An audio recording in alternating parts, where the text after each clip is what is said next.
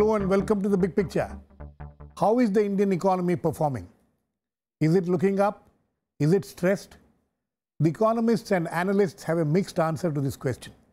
A good monsoon, the 7 pay commission bonanza going into the pockets of government servants leading to a demand creation, a 7% GDP and GVA, increased revenue collections, rupees 65,000 crore black money disclosure are all signs of an economy looking up. However, at the same time, huge bad and stressed loans of the banks, slump in credit growth in industrial sector, job creation not happening are some of the few indicators which are clear indication of an economy under stress. As the finance minister goes into discussions soon to present his next budget, which will be advanced, we will look at the state of the Indian economy and how it is faring. To discuss this, I have with me Nitin Desai, former Chief Economic Advisor to the Government of India, Mohan Guruswamy, Senior Economist, Prof.Arun Kumar, retired Professor at the Center for Economic Studies and Planning at the JNU, and N.R. Bhanumurthy, Professor, National Institute of Public Finance and Planning. Welcome to all of you. Mr. Desai, would you agree that there is a confusion about how the economy is doing?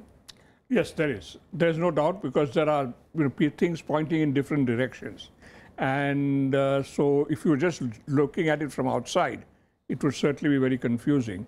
But the way I would see it is that there is one sector, the manufacturing sector, which is recovering very slowly, much slower than certainly most of us were expecting. But it's not necessarily true that everything is going off. The second thing which has changed is that we had a consumer boom in rural areas earlier because of the big increases in MSP, the expansion in Narega. Now, both those factors have stopped. The MSP support price increases and the Narega, it is static. This year, of course, with a good harvest, maybe there'll be some boost in demand. So essentially, I would say that because our perceptions are shaped so much by numbers which pertain to the manufacturing sector, the overall impression is confusing, because there also there are different numbers which come out. But I think basically, to me, the big problem is now in the corporate manufacturing sector. Professor Kumar? You know, in addition to what Nitin has said, I'd say that exports have not been growing very well. You know, they've been in negative territory for almost 20 months. That comes from the fact that the external sector is presenting a very confused picture, where, you know, sometimes the US economy is doing a bit better, but China is slowing down. BRICS on the whole has slowed down. Eurozone is very tepid growth. So the external sector is presenting a problem. Second is that the investment rate in the Indian economy has not really picked up the way it should have picked up. It had peaked in 2007-8 at about 38%, fell to 28% or thereabouts, is roughly around 32% now. So it needs to pick up. Third is that the NPAs are very high. That means that credit to industry is a problem, especially to infrastructure, because in infrastructure there's a very high amount of NPA that is there, and that is where growth was expected to take place, because if investment took place in those sectors, then that would pick up the thing. Third is that the agriculture for the last 2 years had a drought, and therefore demand there was a bit slack. That may come up a bit this year because the monsoon is on average. But you know, this argument that somehow the 7th pay commission will give a big boost to consumption, that I really don't buy, because even if it's 1 lakh crore, the economy is now 150 lakh crore, so it's less than even 0.7% of the GDP. So that suddenly is going to give a big boost and overcome the investment problem. That's not going to happen. Finally, you know, I think if you look at the overall picture of the Indian economy, this confusion that is there between how much the services are growing, what's happening to the index of industrial production, and what's happening to the GVA that the new data is giving, there's a lot of confusion. Until that is sorted out, and for that RBI probably will make an attempt, the ministry will make an attempt as to try and sort that out. Until that is sorted out, I think the true picture of growth will not come out. Mohan? That's true. I agree with both of them. The situation is very confusing. Added to that, there's a lot of adding water to the milk as far as the statistics are concerned. And you can't even believe these stats anymore because they don't reconcile. If you're having almost an 8% growth of GDP, then all other indices should point towards growth. Investment should go higher. Capital goods should be high investment. industrial production should be up, agriculture production should be up, savings should be up, taxation should be up, everything should be up. Nothing is up. But so all you got is this GDP growing, world's largest growing, fastest growing, large, major economy, That's what even today, I heard the TV repeat that twice, touting the Indian economy. So, I think we really need to get out of this habit of bluffing our way out. And, get into... Why, who is bluffing again? Obviously this data comes from government, One is the chief statistician mixed the pot up by, changing the base by 2.2%. So by that 2.2%, Prime Minister Manmohan Singh's last year was actually growing at 6.7, 6.9 instead of 4.7. At 4.7, you're all feeling so depressed and low, saying that no jobs, nothing is happening. And in the word used mandi ka mahol chal raha hai. Now, if you take out that 2.2% and you take out the irreconcilables and all that, you still at about 4.8. Not even 5%. Yeah, 4.8. So, and then, you're trying to make us believe that, everything is okay. I find that difficult to stomach. I think there's something seriously wrong. Forget even the gross value added in manufacturing, which is being shown for the first quarter, is 8%. Index for production is showing negative. It's negative. That's very difficult for. I don't know. Anand says that one is value added, the other is physical output. All that is fine. But it's too big a difference. We all studied the same economic But books, a couple of things that we just mentioned. I think one, there are clear signs of a certain area which is moving fast, which is in retail sales and so on. And you see in the competition. The other thing is, sometimes we should be careful about whether we are looking at the right number. Take credit to industry. It is true. There's a month. It's come down. Yes, Last but 10 what has years happened? Yes, but what has happened, particularly over the past 5-6 years, is a tremendous growth in the extent to which industry is financing its working capital needs by issuing commercial paper. And the volume of commercial paper has shot up because the cost is much lower. The discounting rate for commercial paper is between 6.5% and 10%. So that's why you're saying that they are not taking loans from the banks? Because at least as far as a larger corporate sector which can issue commercial paper is concerned, yes, this is what has happened. If you see the record, the volume of commercial paper issuance has really shot up like crazy, And it is not true for the small and medium guys, where also credit has come down. That's where the problem seems to be. Yes, Mohan. But is what he is saying, what Mr. Desai is saying, is it showing in the corporate's balance sheets? No, the balance sheets are all down. Profitability is down. I don't think it's in a bad shape. I'm not suggesting that. In fact, corporate investment is down. As this year, the capital goods production is down by 22%. 22% is now that can't be the case without it hitting investment somewhere. Okay, Bhanumurthy, yes. No, I think partially agree with the panelists' view on the confusion that we have in Indian economy. But my guess is that it's largely due to the mix-up of the old indicators with the new indicators. The shifting of the base here, you're saying? No, they're not only that. I think if you look at CPI, we have a new indicator. WPI, CPI. So there are many new indicators, but we also have old indicators like IIP and other things. And I, for one, where I argued that I think it's high time we should dump these IIP numbers, and it's actually giving a negative, wrong, indication about the overall Indian economy.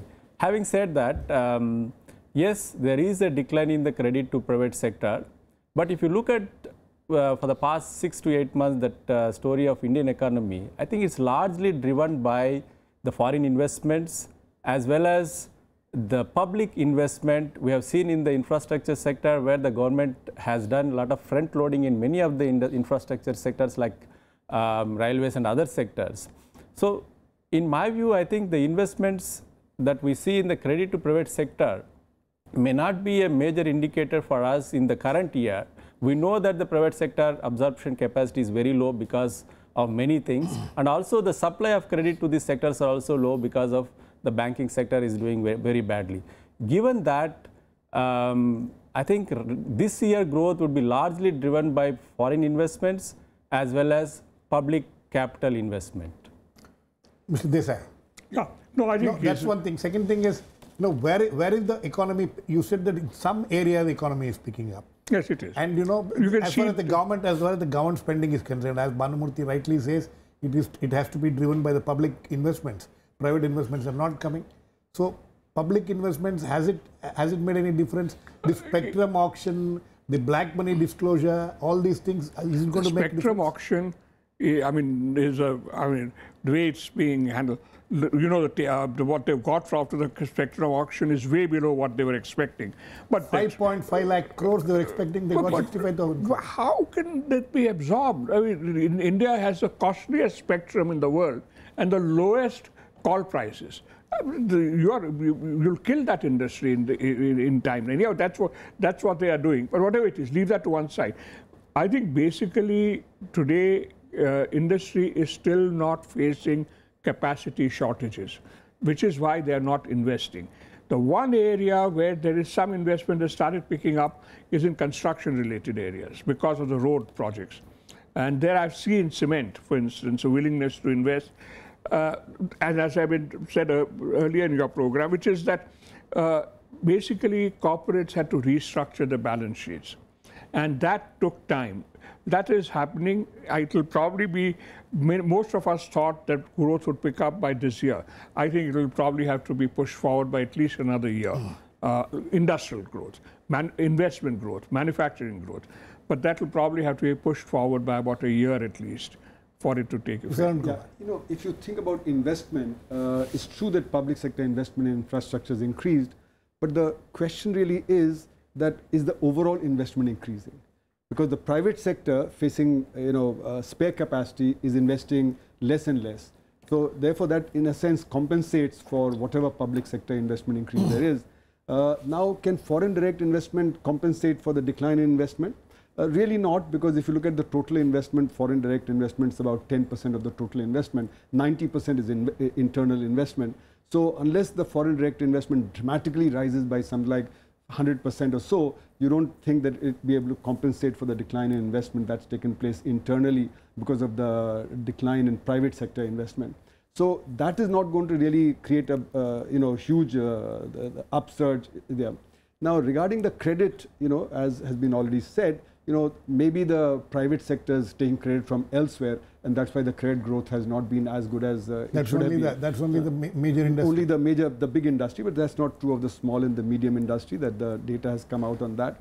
So in other words, the decline in credit is most likely also possibly because inventories are going down, because inventory is another reason why you take credit. So if inventories are going down, then it might be that the industry is not expecting a growth to take place, and that's why they're running down the inventories. Of course, the other possibility is that the demand is going up, whereas the production has not gone up. But there's no sign of that the demand really has gone up substantially. Look, capacities are not being, you know. So capacity not, yes, capacity 75, they are running at 75%. So that suggests that, you know, demand really isn't running there. high. And therefore, inventories being run down is possibly a result of the fact that the industry is expecting that demand would not pick up. Mohan? Mohan, you know, apart from that, you know, I also want you to address, and later all of you also, what is the challenge before the finance minister now? You know, when we're talking of public investments, where is the money going to come in from? As we said, this black money, this disclosure of, you know, black money, some amount, you know, whatever has been the spectrum allocation funds are concerned, you know, where is the money going to come from? First, Bhanumurthy spoke about FDI going up. Yes. Last year we got $31 billion as FDI. We also had an outflow of FDI from India of $18 billion. So you got net of 13. And out of that 13, because you allowed the norms to be changed from 26% to 49%, bulk of it went for buying shares from Indians. So it was no new greenfield investment. So what happened in greenfield investment is you were only about 3 billion. So that is why you keep creating new jobs and new value, and that is very low. The other thing is, you know, you spoke about black money, 65,000 crores.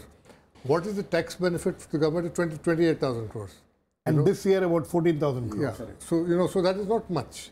Now on the, like Nitin said, that on the telecom sector, you're actually emasculating the sector and squeezing it dry, you know, and you're actually you're transferring the cost for people, because, you know, we're going to pay more for our, for our calls. So all these things, you know, No, biggest challenge for not the finance minister. Finance minister has to manage the budget. The biggest challenge for the prime minister is to create jobs. Exactly. You're not creating jobs. You're having no organized sector job creation. Your unorganized sector job creation is also coming to a standstill. But you know that the claim that mudra loans and things like that is that is where the jobs are going to come. I heard the prime minister speak at a function, and I was there. You know, he basically said that we've got 3 lakh mudra loans. Average mudra loan 3 lakh crore. 1,000 rupees each. So each loan would have created 1 job. So I've created 3 crore jobs. Absurd accounting. If you could create 1 job for 1,000 rupees, then I'd say give everybody in this country 1,000 rupees each, and create more jobs. Absolute nonsense. They've lost touch with reality. Bhanumurthy? Yeah. Bhanumurthy, as far as this revenue mobilization is concerned, where do you think, apart from this, where the tax collection seems to have improved, this time? Is that one area where the finance minister can use that funds to spread, as far as public investments are concerned? Yeah, I think on the resources side, there is definitely a cause for concern. And that's one of the reasons, even in the beginning of the budget itself, we said achieving 3.5% is going to be a big challenge, largely because the revenue forecast or revenue forecast that were made at that time was slightly unrealistic in terms of, if you're going by the past trends. And they also had a lot of, bets on the spectrum, as Dr. Desai already pointed out, and also on, the disinvestments. We are yet to see much action on the disinvestment side. Right. I think the target is almost around 50,000 crore or something like that. So we have to really wait and see what is going to happen coming, maybe in the 4 to 5 months' time. But only on one area where they got more than what they budgeted was the RBI transfer to the finance ministry. I think they got little more than what they projected in the budget. But otherwise, on all the other counts, my guess is that they are going to have some kind of a shortfall on that. Desai? I think this business of relying on capital receipts, ad hoc, like spectrum auctions in Naga, black money, I got so much. But this is not a sensible way of running a country, You have to have a stable, predictable thing which will apply year after year after year. And yes, you do something on public investment, but the challenge is to ask, why is it that it is taking so long to revive in the investment process in the private sector? Sir, sorry to intervene. This RBI has finally reduce the interest rates and things. Is it going to have any impact? I think it may help the interest rates in term to a certain extent, but I'm not sure it will make such a huge difference unless the banks really pass it on, so that the EMIs, where it can make a difference is in, because personal loans are increasing. Huh? Personal loans are increasing. Even it said that even agricultural loans have increased. Yes, they will, because of the sheer increase in production. But we are becoming an EMI country. People are living based on how much EMI they can afford, these youngsters. Absolutely. And they're reducing an interest rate can make a significant difference to demand if the banks really pass it on. But for industry, I'm not sure that's the issue. So far, it's not happened. So far, the banks have not passed it on. And the banks' profitability is improving because the spread is increasing. Yes. Yeah.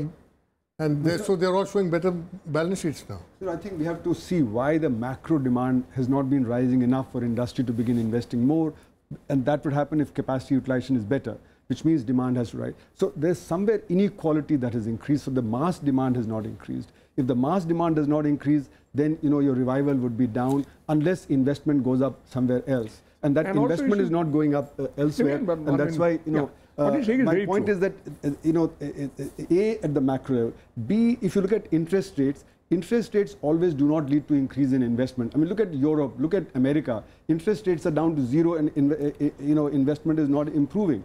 They're having a problem. They're doing quantitative easing. The demand of the industry for true, but Rajan faced a lot of because the point is that interest rate cuts by themselves do not do it unless there are other accompanying factors like increase in demand. If there's no increase in demand, not better capacity utilization, then even if interest rates fall, you're suddenly not going to have more investment in industry. So that's going to create a problem. So you have to create demand addition to where investment is there, for which, Yes, sir. One of the things, part of the boom time, one part is that a lot of people over-invested in boom times, they went wild. But remember this, a lot of the investment came from new entrants. New ventures. New entrants. Like, Tata's decide to enter the motor car field by investing in Nano. Or in the case of airlines, one after the other, people coming in with new investments. Not necessarily existing companies investing more in capacity, but new guys. And so the competition was driving. That has not been happening now. No, not only that. That is what has led to a significant degree of excess capacity. Because the new entrant comes in and he basically is going to do various marketing things to win business from others. The others defend their territory. So you end up with a little bit of overcapacity, which has to sort itself out. Much of the investment in India came because of these business of new entrants wanting to enter the business. Incidentally, that is also what is driving FDI. The guys from outside who want to come in because they are looking at what the market is going to be 10 years from now. Make in India. What is happening to the Make in India? I think the Rafale project tells you everything about what's happening to Make in India.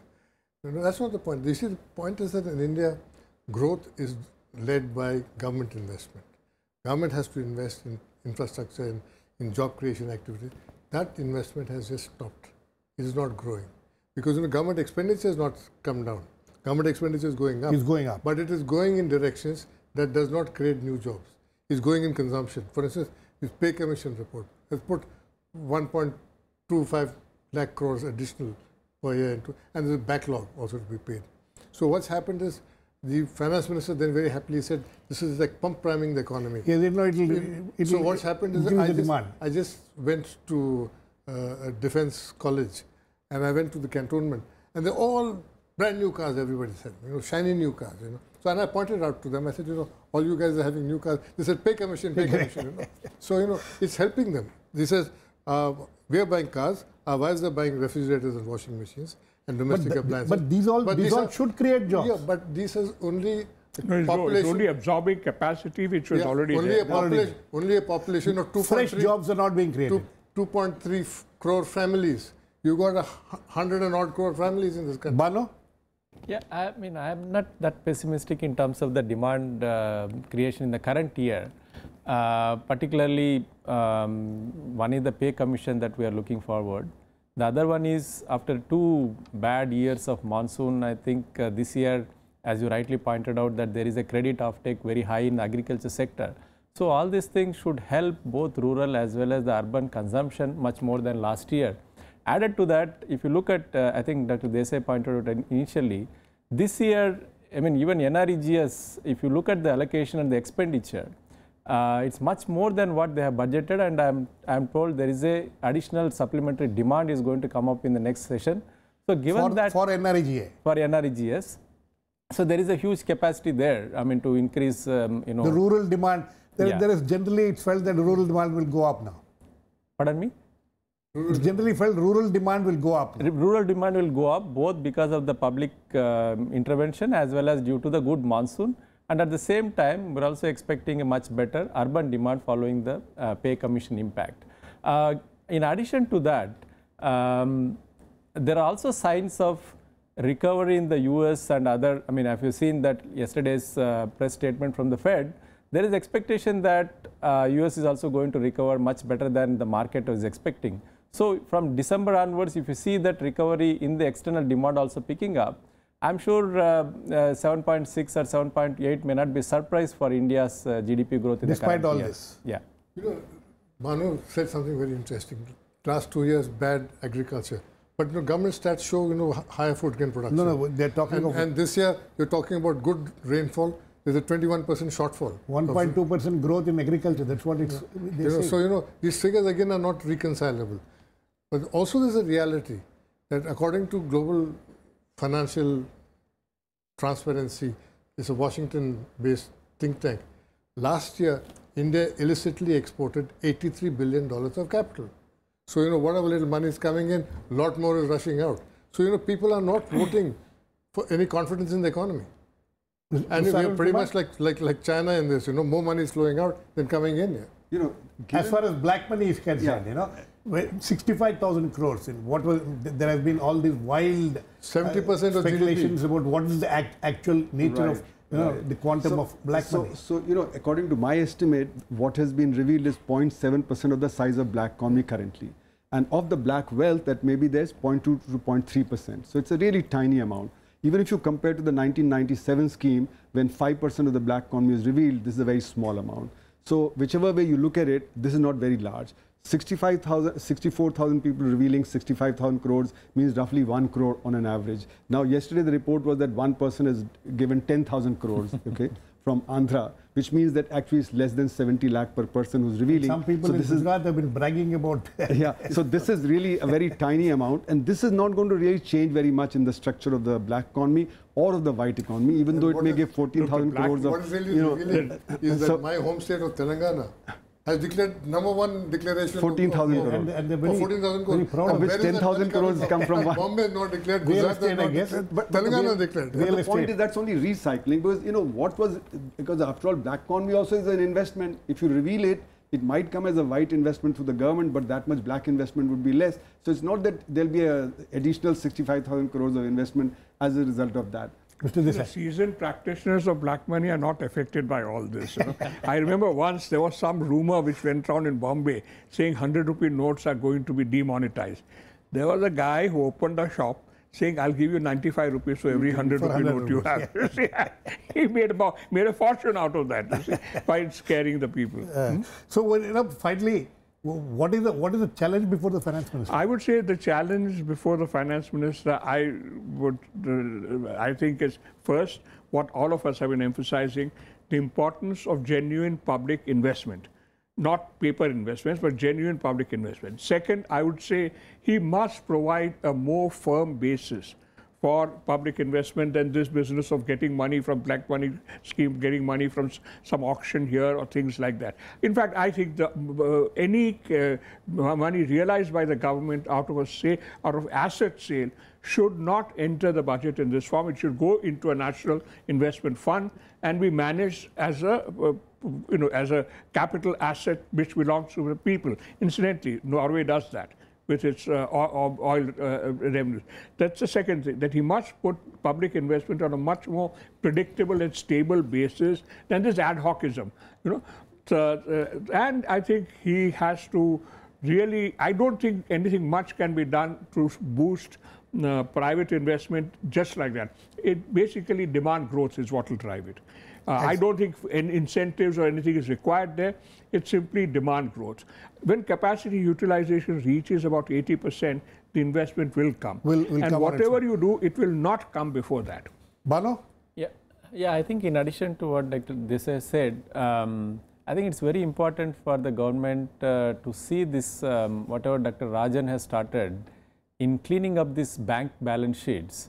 There are some news items that say that it might go slow on this. I think it's very important to see this, cleaning up of this bank balance sheet as soon as possible, so that the banks would be able to do business. It's not necessary that now, it's not really to assume that, there is no demand for credit. There may be a lot of demand for credit, particularly banks may not have the capacity. I think the bank may not have appetite to really supply the credit. Okay. Yeah. I think on that note, we're sorry, run out of time. On that note, we'll end.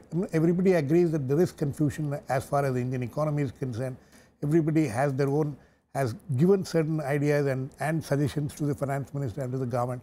Hopefully, this confusion let's hope will end by the time the finance minister comes out with his budget. Thanks to all my guests. Please keep watching. We'll come back with another issue, big picture, same time.